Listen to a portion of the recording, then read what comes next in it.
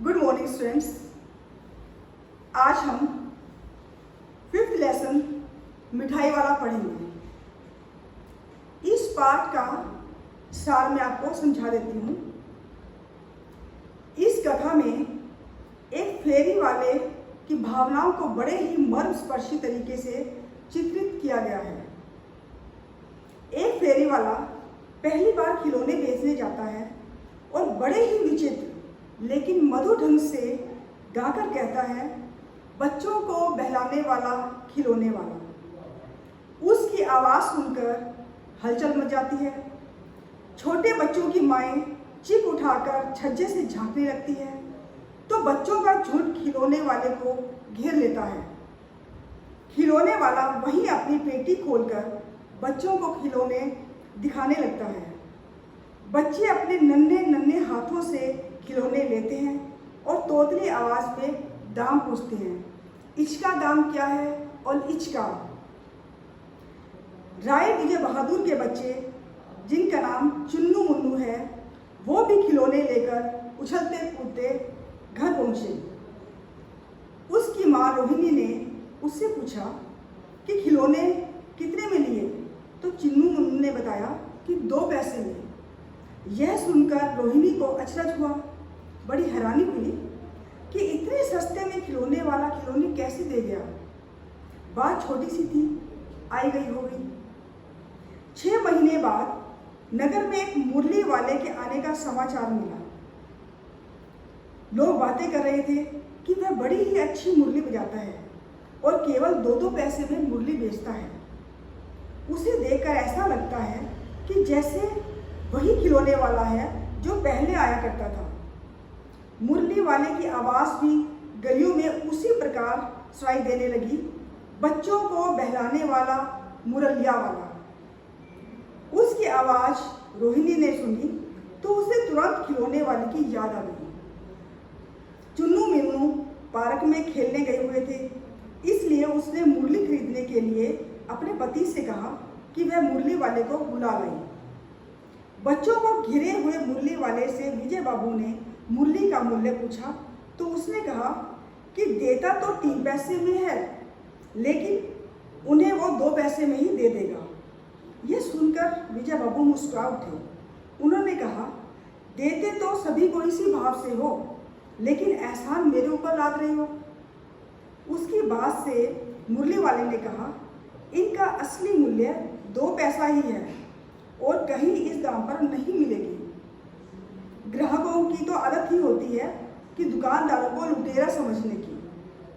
विजय बाबू ने कहा, उनके पास वक्त नहीं है, वे जल्दी उन्हें 2 मुरलियाँ दे दें। मुरली वाले से मुरलियाँ लेकर विजय बाबू भीतर आ गए और वह मुरलिया वाला वहीं बैठकर बड़े प्यार से बच्चों को मुरली देने लगा। रोहिणी बच्चों के साथ उनके स्नेह भरे वार्तालाप को सुनकर समझ गई कि वह भला आदमी है और किसी मजबूरी में यह काम करता है। बहुत दिनों तक रोहिणी को मुरली वाले की बातें याद आती रही, फिर याद उसकी धुंधली पड़ गई। 8 महीने के बाद सर्दी के दिन रोहिणी छत पर बैठी हुई थी, तभी उसके कानों में आवाज़ आई, बच्चों को बहलाने वाला मिठाई वाला। रोहिणी झट से नीचे आई। पति घर पर नहीं थे। उसने दादी से मिठाई वाले को बुलाकर कहा और स्वयं चिक के पीछे खड़ी हो गई। दादी ने मिठाई वाले को बुलाया। मिठाई वाला आकर बैठ गया। मिठाइयों की विशेषताएं बताने लगा। उसने कहा, वह पैसे की 16 मिठाइयाँ देता है। दादी ने उसे 25 देने को कहा तो वह नहीं माना। रोहिणी ने दादी से कहा, वह 4 पैसे की मिठाई ले ले। फिर दादी ने मिठाई वाली से पूछा कि क्या वह इस शहर में पहली बार आया है। उसकी बात सुनकर मिठाई वाले ने बताया कि वह पहले मुरली और खिलौने लेकर भी आ चुका है।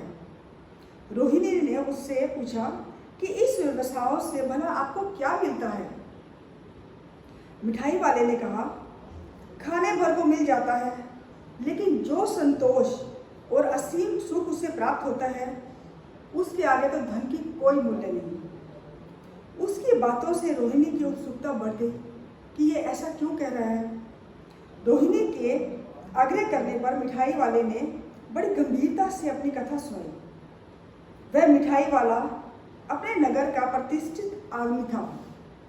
धन धाने की कोई कमी नहीं थी, स्त्री थी, बच्चे थे, परंतु भाग्य की लीला कुछ ऐसी थी कि अब कोई भी नहीं है। जीवन कठिन हो गया है, इसलिए खिलौने और मिठाई के बहाने वह अपने बच्चों की खोज में निकला है। उसे आशा है कि उसके बच्चों ने कहीं ना कहीं किसी रूप में जन्म अवश्य ले लिया होगा, कि इन्हीं बच्चों के बीच में शायद उनके बच्चे भी खेल रहे होंगे। वह पैसों के लिए नहीं, बच्चों के बीच अपना मन बहलाने के लिए आता है। रोहिणी ने देखा मिठाई वाले की आंखें आंसुओं से गीली थी। उसी समय चुन्नू मुन्नू आ गई। मिठाई वाले ने उन्हें मिठाई दी। रोहिणी ने उसकी ओर पैसे फेंके और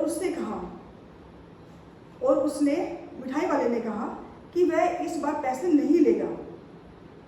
उसने अपनी पेटी उठाई और अपने मधुर स्वर में गाता हुआ वहाँ से निकल पड़ा। तो स्टूडेंट्स, ये है लेसन मिठाई वाले का सार। मुझे आशा है कि आपको यह समझ आ गया होगा। Thank you and have a nice day.